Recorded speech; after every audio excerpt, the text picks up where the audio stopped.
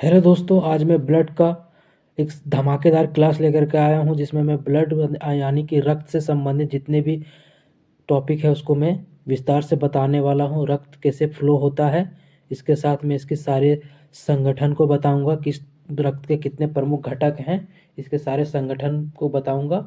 इसके साथ RBC, WBC और प्लेटलेट्स के बारे में भी बात करेंगे। किस तरह से आरबीसी बनता है बोन मैरो में, उसकी भी बात करने वाले हैं। तो आइए हम लोग देखते हैं, इसको पूरा विस्तार से समझने का प्रयास करते हैं। इसके बाद हम थोड़ा सा और समझ लेंगे श्वेत रक्त के बारे में पूरा विस्तार से। श्वेत रक्त के जो भी प्रकार हैं, कणिका युक्त और अकणिका युक्त, उसको भी देखेंगे। फिर हीमोफीलिया बीमारी देखेंगे, जो कि राजशाही बीमारी किस तरह से बना, उसके बारे में भी हम लोग जानेंगे। विक्टोरिया को ये बीमारी कैसे हुई थी, तो हम पूरे विस्तार से समझेंगे। फिर इसके बाद हम लोग रक्त के थक्का बनने की प्रक्रिया को भी देखेंगे। तो आइए इसी के साथ ये वीडियो को शुरू करते हैं। मानव रक्त एक तरल संयोजी ऊतक होता है जो शरीर के वजन का लगभग 7 से 8% होता है। इसका जो पीएच मान होता है वो 7.4 होता है, यानी कि जो रक्त होता है हमारा खून, वो हल्का क्षारीय होता है। ठीक है।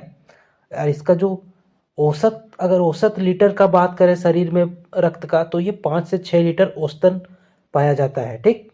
रक्त जो है वो ऑक्सीजन, पोषक तत्वों और हार्मोन्स को कोशिकाओं तक पहुंचाता है और अपशिष्ट पदार्थों को भी बाहर निकालने का काम करता है। रक्त का निर्माण जो है वो अस्थि मज्जा में होता है। कहाँ पे? अस्थि मज्जा में, यानी कि बोन मैरो में होता है। पूरा डिटेल्स में मैं आप बताऊंगा इस वीडियो में, इसलिए आप इस वीडियो में बने रहें। जब हम आरबीसी शुरू करेंगे, आरबीसी के बारे में जब स्टार्ट करेंगे, तो उसमें मैं बोन मैरो के बारे में पूरे डिटेल्स में बताऊंगा कि बोन मैरो में ब्लड का, अस्थि मज्जा में जो है वो रक्त का निर्माण किस तरह से होता है, किस तरह से आरबीसी, डब्ल्यूबीसी और प्लेटलेट्स का निर्माण जो है बोन मैरो में होता है। ठीक है। तो आगे देखिए, रक्त का अध्ययन जो होता है वो हेमाटोलॉजी कहलाता है। और वयस्क मनुष्य में लगभग 4.5 से 7.7 5.7 लीटर रक्त सामान्य रूप से पाया जाता है। ठीक है। हमारे शरीर का जो रक्तचाप होता है, ब्लड प्रेशर, उसको स्फिग्नोमेनोमीटर से मापा जाता है। ठीक है। पुरुष का अगर बात करें तो पुरुष में लगभग 5 से 6 लीटर तक खून होता है, और वहीं महिला में लगभग 4.5 लीटर के बीच खून होता है, 4 से 5 लीटर। औसतन जो होता है वो 4.5 लीटर महिलाओं में ब्लड पाया जाता है। सामान्य मनुष्य का रक्तचाप जो होता है वो 120/80 होता है, बीपी, ये बीपी है। ठीक है। और भ्रूण अवस्था में जो है वो रक्त का निर्माण यकृत में होता है। जब बच्चा माँ के पेट में होता है तो उस समय उसका जो निर्माण होता है उसके ब्लड का, वो भ्रूण में होता है, यकृत में होता है, भ्रूण अवस्था में। ठीक है। और जब बड़ा होता है तो बोन मैरो में रक्त बनता है। तो आइए पूरा डिटेल्स में हम लोग पढ़ेंगे पूरे रक्त के बारे में। रक्त के जो प्रमुख घटक हैं वो है प्लाज्मा और दूसरा है रुधिराणु। रक्त को मुख्य रूप से 2 घटक के रूप में इसको बांटा गया है रक्त को। ठीक है। पहला है प्लाज्मा जो कि 55% होता है, और रुधिराणु में से आरबीसी, डब्ल्यूबीसी और प्लेटलेट्स तीनों मिला के ये 45% होता है।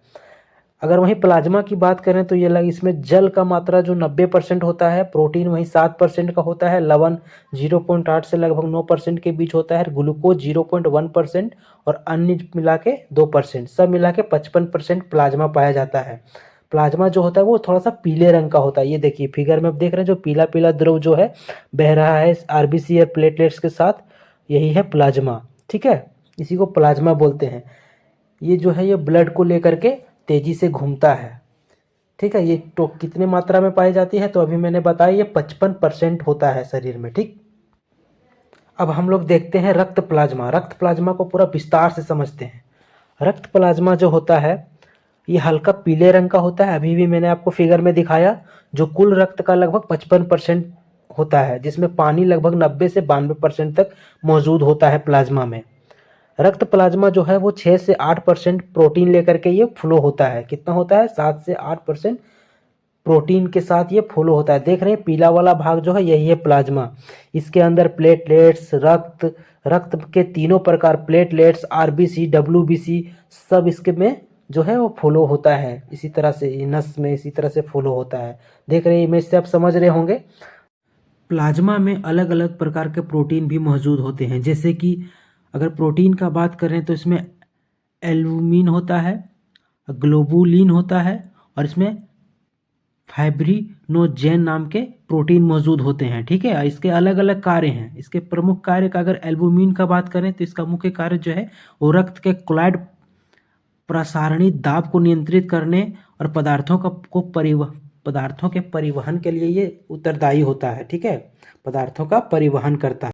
वहीं दूसरा जो होता है ग्लोबुलिन, ये संक्रमण से रक्षा करती है। जितने भी प्रकार के संक्रमण होते हैं खून के अंदर, उसमें ये उनसे रक्षा करती है।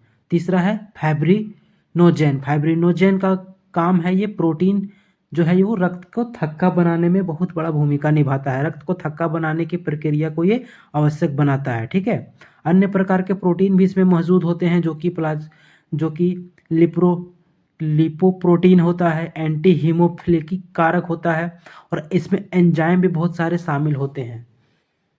तो आइए अब हम रक्त के प्रमुख घटक में अब रुधिराणु के बारे में समझेंगे। प्लाज्मा कंप्लीट हो गया, तो प्लाज्मा के बाद हम लोग रुधिराणु के बारे में जानेंगे। रुधिराणु या फिर इसको रक्त कणिकाएं भी कहते हैं, ये 45% मौजूद होता है। इसमें से आरबीसी, डब्ल्यूबीसी और प्लेटलेट्स तीनों मिल करके ये 45% का होता है।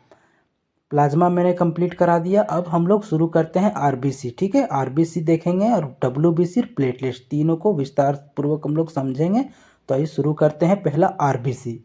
आरबीसी जो होता है ये हीमोग्लोबिन के माध्यम से फेफड़ों से शरीर के ऊतकों तक ऑक्सीजन को पहुंचाती है। इसका मेन काम है ऑक्सीजन पहुंचाना पूरे शरीर में, ठीक है।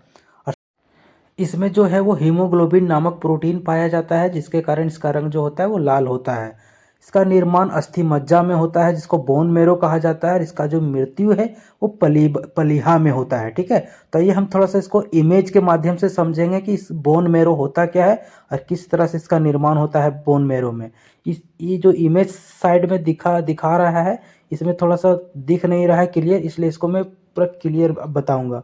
तो ये हम देखते हैं बोन मेरो। बोन मेरो जो है इमेज के माध्यम से अगर हम लोग समझें तो बोन मेरो जो होता है वो जांग, हमारे पैर के ऊपर का जो जांग होता है वो हम कमर के ऊपर के हड्डी को जो मिलाता है, उस हड्डी के जो आखिरी भाग होता है, इमेज में आप देख रहे हैं जो इंजेक्शन लगा हुआ है, यही है बोन मेरो।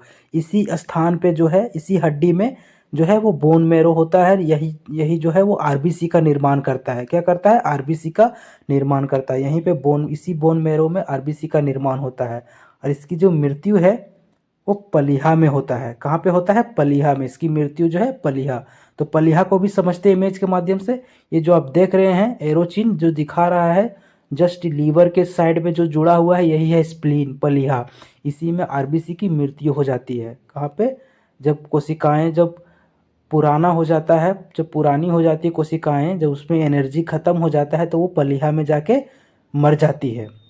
अब अगर आगे देखें तो इसका जो औसत जीवन काल है वो लगभग 120 दिन का होता है। लाल रक्त कणिकाओं का जीवन काल कितना होता है? तो 120 दिन का होता है। ये कोशिकाएं फेफड़ों से शरीर तक के सभी ऊतकों तक ऑक्सीजन को पहुंचाने का काम करती है। क्या करती है? ये कोशिकाएं जो है वो फेफड़ों से शरीर के सभी ऊतकों तक ऑक्सीजन को पहुंचाने का काम करती है। नेक्स्ट है लाल रक्त कणिकाएं, जिन्हें एरिथ्रोसाइट भी कहा जाता है। इसका मतलब है, इसका वैज्ञानिक नाम जो होता है वो एरिथ्रोसाइट होता है। आरबीसी का दूसरा नाम जो है वो एरिथ्रोसाइट होता है, ठीक है। पलीहा को आरबीसी का कब्रिस्तान कहा जाता है। क्यों कहा जाता है? क्योंकि यहीं पे इसकी मृत्यु होती है। इसका अगर कार्य का बात करें तो ऑक्सीजन को पहुंचाने का काम करती है, पूरे शरीर में फैलाने का, और कार्बन डाइऑक्साइड को शरीर से बाहर निकालने का काम करती है, ठीक है। ये कोशिकाएं जो है वो ऊर्जा का भी उत्पादन करती है, ऊर्जा, शरीर में ऊर्जा बनाने का काम करती है। मानव शरीर में आरबीसी की संख्या लगभग 4 से 6 मिलियन, यानी कि 40 से 60 लाख प्रति घन मिलीमीटर होती है। कितनी होती है? 40 से 60 लाख घन मिलीमीटर। वहीं अगर वयस्क मनुष्य की बात करें तो इसमें आरबीसी की संख्या लगभग 45 से 55 लाख तक इसको माना जाता है।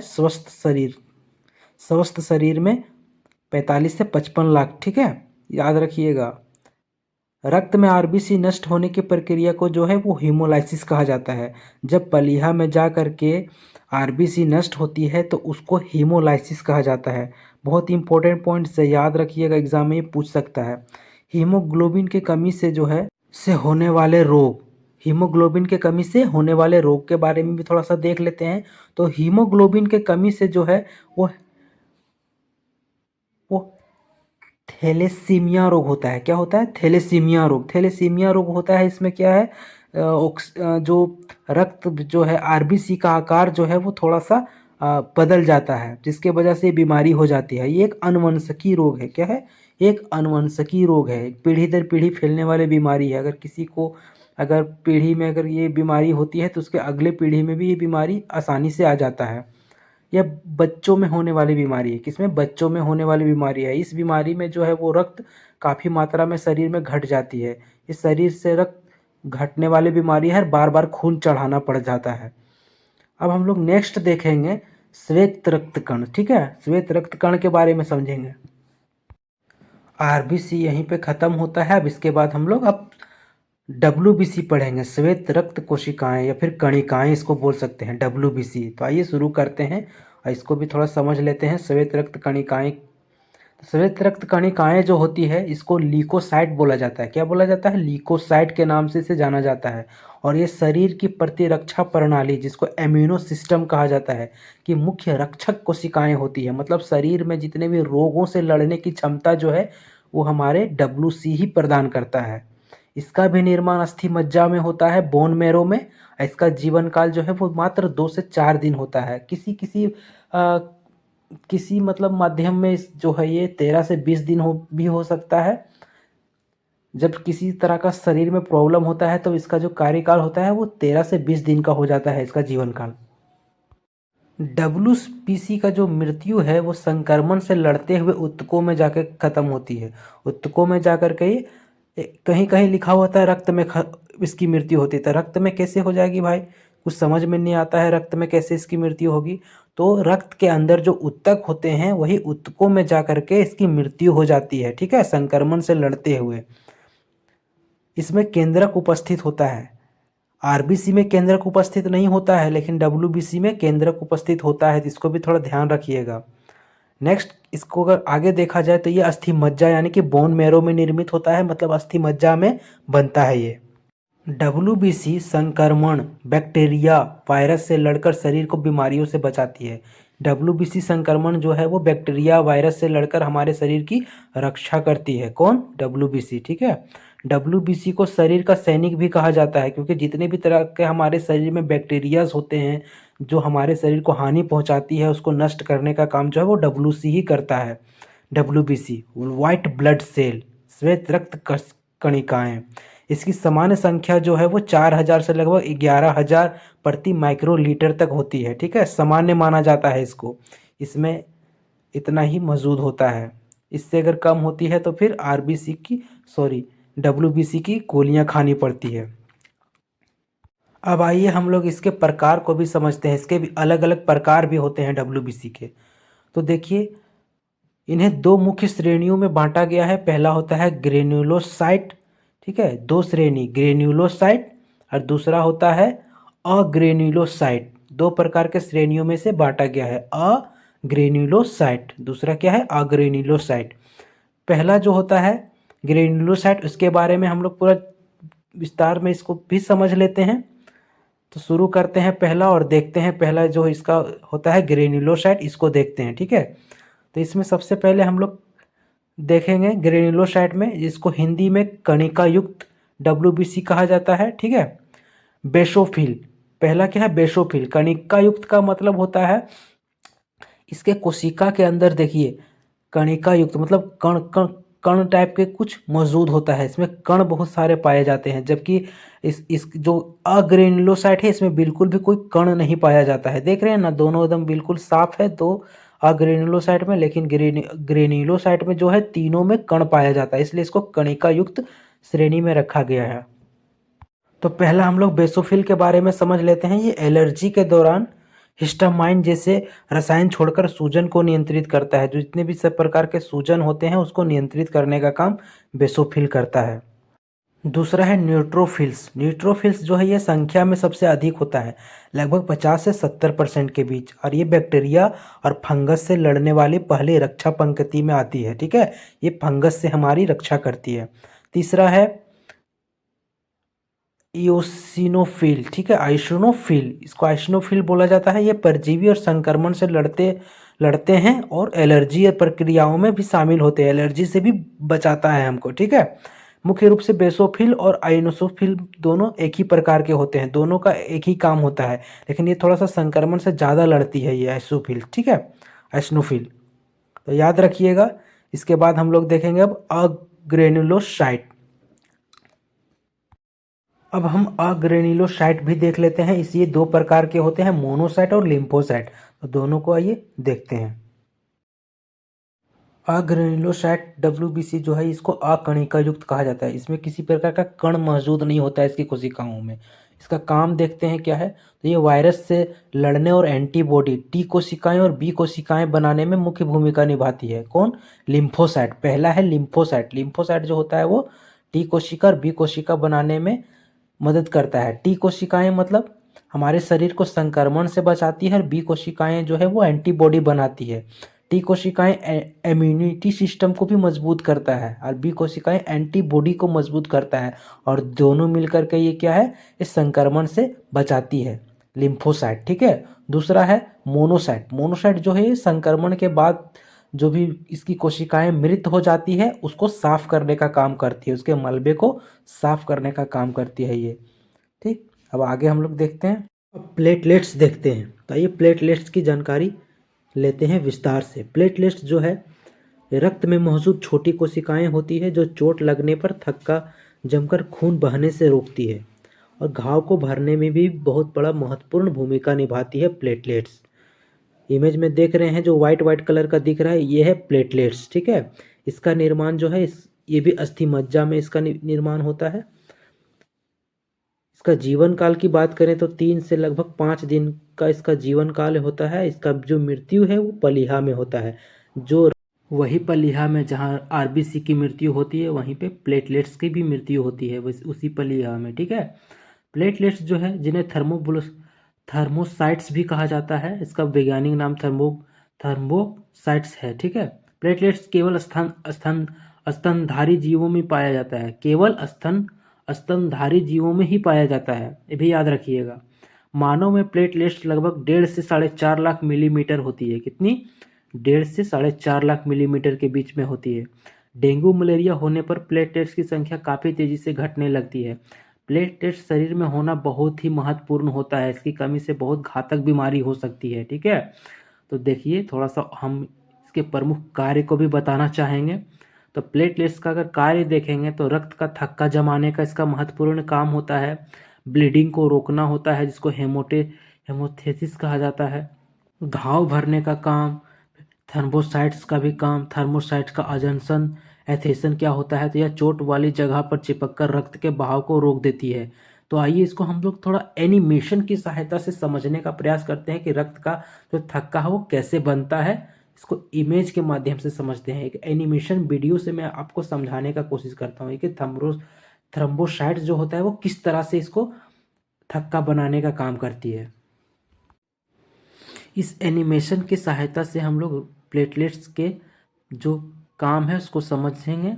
तो देखिए प्लेटलेट्स किस तरह से कटे हुए भाग में थक्का बनाने का काम करती है, देख रहे हैं ना, इसी प्रकार से ये काम करती है। अब प्लेटलेट्स के कम होने के क्या संकेत है उसके बारे में भी समझ लेते हैं। तो शरीर में आसानी से नीला पड़ना, जब शरीर कहीं अगर किसी शरीर के किसी स्थान पे अगर नीला पड़ जाए तो समझ लेना है कि प्लेटलेट्स की कमी हुई है, ठीक है। दूसरा है घाव से लगातार खून आना, अगर किसी तरह का घाव है शरीर में तो उससे अगर लगातार खून आए तो समझ लीजिए प्लेटलेट्स गिरा हुआ है। तीसरा है मसूड़ों या नाक से खून बहना, अगर लगातार नाक से खून बहता हो तो इसका मतलब प्लेटलेट्स गिरा हुआ है। शरीर के अंदर खून हेपेरिन के कारण नहीं जमता है, शरीर में जो है हेपरिन के कारण से खून नहीं जमता है, शरीर के अंदर का बात कर रहे हैं। अब हम थोड़ा सा प्लेटलेट्स से संबंधित बीमारी के बारे में जानकारी दे देते हैं।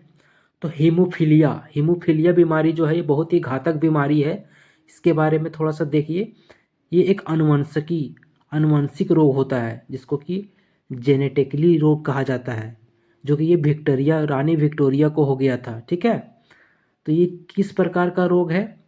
ये एक रक्त विकार है जिसमें शरीर से शरीर के बाहर बहता हुआ रक्त ठीक से नहीं जमता है। क्या होता है, कट किसी कारणवश कट जाने के बाद क्या है कि जो उसका रक्त है वो बहते रहता है, लगातार बहते रहता है, वो रुकता ही नहीं है।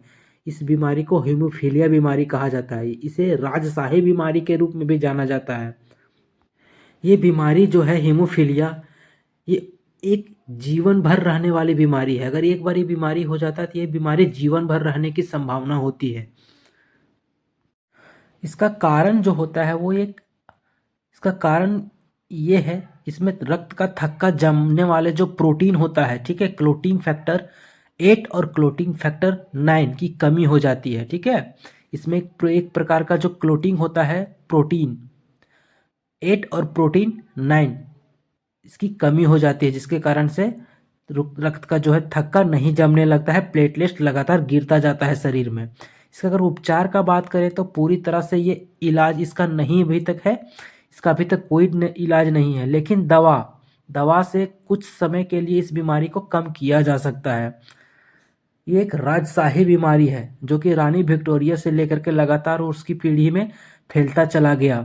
इसलिए इस बीमारी को एक प्रकार का रॉयल फैमिली की बीमारी यानी कि राजशाही बीमारी के रूप में इसे जाना जाता है। तो ये इमेज के माध्यम से हम दिखाते हैं कि किस प्रकार से ये रॉयल बीमारी जो है वो लगातार फैला।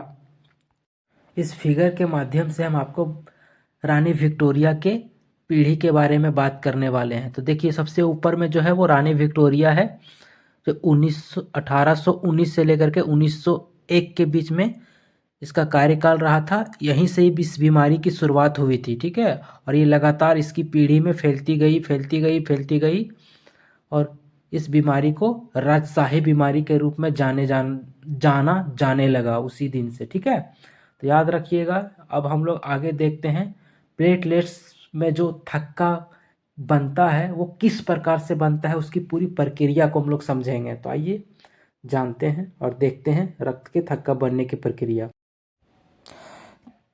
थर्मोप्लास्टिन और प्रोथर्बिन से मिल करके कैल्शियम का निर्माण करती है। दोनों जो कि ये दोनों जो है प्रोटीन है। प्रोटीन में हमने आपको बताया था कि थर्मोप्लास्टिन और प्रोथर्बिन कैल्शियम के साथ मिलती है तो थ्रोबिन का निर्माण करती है, थ्रोबिन।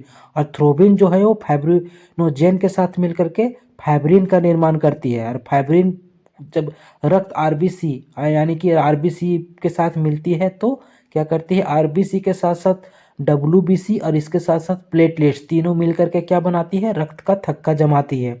कहीं पे कटने फटने के बाद जो है वो फाइब्रिन जो है हमारे रक्त रुधिराणुओं के साथ मिलकर के, रुधिराणु में से आपका तीनों आ गया, आरबीसी डब्ल्यूबीसी और प्लेटलेट्स तीनों मिल करके क्या है, रक्त का थक्का बनाती है। तो इस प्रकार से रक्त के थक्का बनाने की प्रक्रिया पूरी होती है। इसके बाद बस इस वीडियो में इतना ही। आगे फिर मिलेंगे एक नई धमाकेदार वीडियो के साथ। आशा करता हूँ कि ये वीडियो आपको पसंद आई होगी। इस वीडियो के माध्यम से हमने आपको रक्त के बारे में समझाने का प्रयास किया। अगर ये वीडियो आपको सच में अच्छी लगी है तो वीडियो को लाइक कर दीजिएगा और चैनल को सब्सक्राइब कर दीजिएगा। वीडियो देखने के लिए आपका बहुत बहुत धन्यवाद।